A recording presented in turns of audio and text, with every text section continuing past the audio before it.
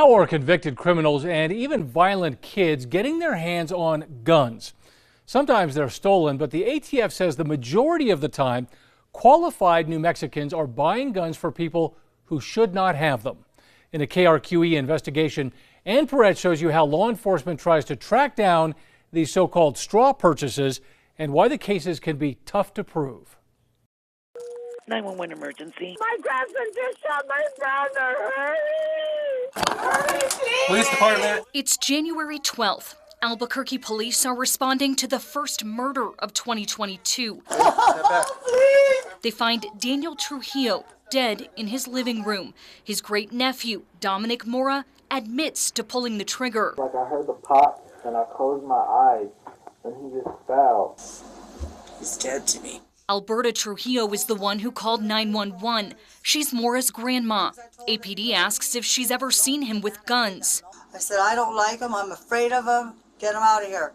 Detectives found 11 guns in their home. Just 4 months later, court records reveal the grandma Straw purchased at least 3 of those guns for Mora.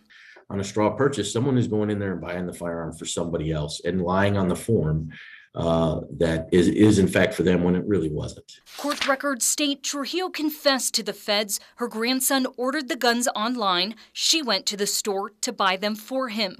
The first time, he was underage, just 16 years old. Prohibited persons cannot go in and buy a firearm, so they try to find innovative ways to get in there and get a hold of these things to help with their drug trade, to help with their violent actions.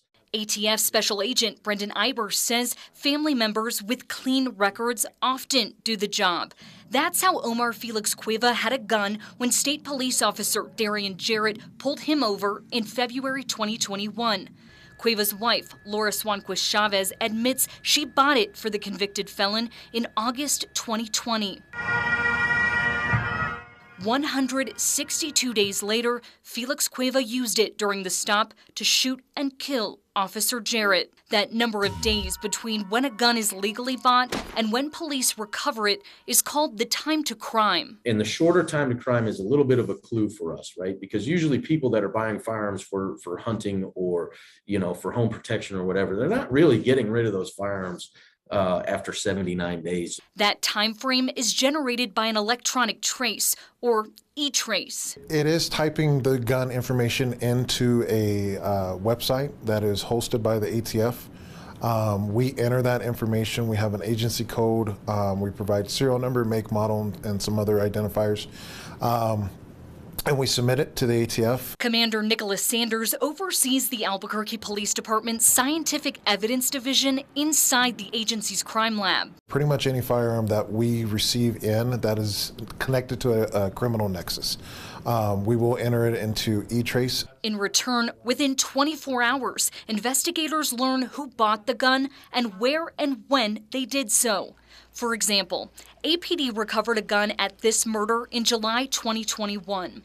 A federal search warrant shows it was later traced to a Roswell man. He wasn't the shooter. The ATF believes he's the supplier. In that case, and e-traces of other guns confiscated by police show at least 5 other criminal investigations across the state. It's assistance in the investigatory leads.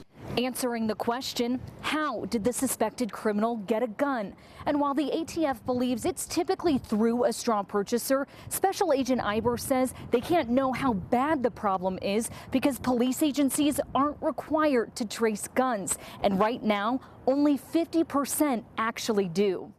We are missing a lot of data there. If we could get every single law enforcement agency to trace their firearms, we would have a much broader sense of really what's going on. Sitting in this position for a relatively short amount of time and seeing it from this view, it is new to me.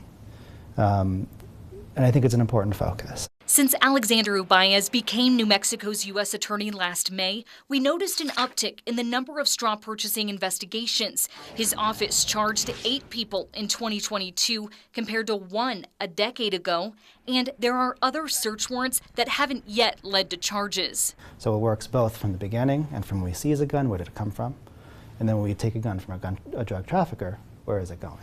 Ubaez says firearms do go to the Mexican cartels. He met with law enforcement in Mexico City late last year to talk about the issue. It's the same organizations who are the buyers of the firearms going south that are shipping the fentanyl up north. But firearms trace data from the ATF shows the vast majority of the straw purchased guns in New Mexico are going to other New Mexicans. So Ubaez is focused on Albuquerque too. I'm in a particularly violent city where it seems like we have shootings on a daily basis. Stopping the flow of firearms to those who mean others ill is incredibly important. Like Larry Archuleta, who Ubaez's office says has been supplying an Albuquerque gang with pistols, rifles, and shotguns for at least a year and a half. The feds caught Archuleta after he bought 33 guns at 3 gun stores across the city in just 5 months. He's charged with straw purchasing 24 of those. Court records show a gang member used Snapchat to tell him what to buy. These criminals are very, if they'd only put their ingenuity towards real business, they'd probably make a lot of money. Ann Perrette, KRQE investigates. The ATF admits this is a difficult crime to prove because they don't often have a Snapchat or text message to make their case for them. Agent Ivers says they've also gotten tips from gun store employees.